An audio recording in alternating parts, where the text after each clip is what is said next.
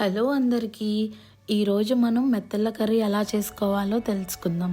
ముందుగా స్టవ్ వెలిగించి పాన్ పెట్టుకొని దానిలో ఆయిల్ వేసుకొని మెత్తళ్ళు ఫ్రై చేసి పక్కన ఉంచుకోవాలి. అదే ఆయిల్లో ఆనియన్స్, పచ్చిమిర్చి వేసి అవి మగ్గే వరకు ఫ్రై చేయాలి. దాంతోపాటు అల్లం వెల్లుల్లి పేస్ట్ కూడా ఒక స్పూన్ వేసి మగ్గించాలి. అవి కొంచెం మగ్గిన తర్వాత దానిలోని టమాటాలు కూడా వేసి ఇంకొంచెంసేపు మగ్గించాలి. అవి అలా మగ్గుతూ ఉండగా ఒక స్పూన్ కారం, ఒక స్పూన్ సాల్ట్, అర టీ స్పూన్ పసుపు వేసి మరికొంచెంసేపు మగ్గించాలి.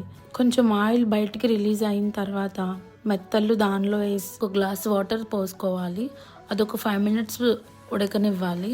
అంతే, కర్రీ రెడీ అయిపోతుంది. చాలామందికి చిన్నపిల్లలు ఉన్నప్పుడు, బాలింతలు ఉన్నప్పుడు చాలామందికి పాలు రావు అని బాధపడుతూ ఉంటారు. ఈ మెత్తళ్ళు అనేది తింటే పాలు పడతాయని మా నాన్నమ్మగారు చెప్పారు. అంతేకాకుండా బ్యాక్ పెయిన్స్తో బాధపడే వాళ్ళకు కూడా ఇది తినడం వల్ల మంచి జరుగుతుంది.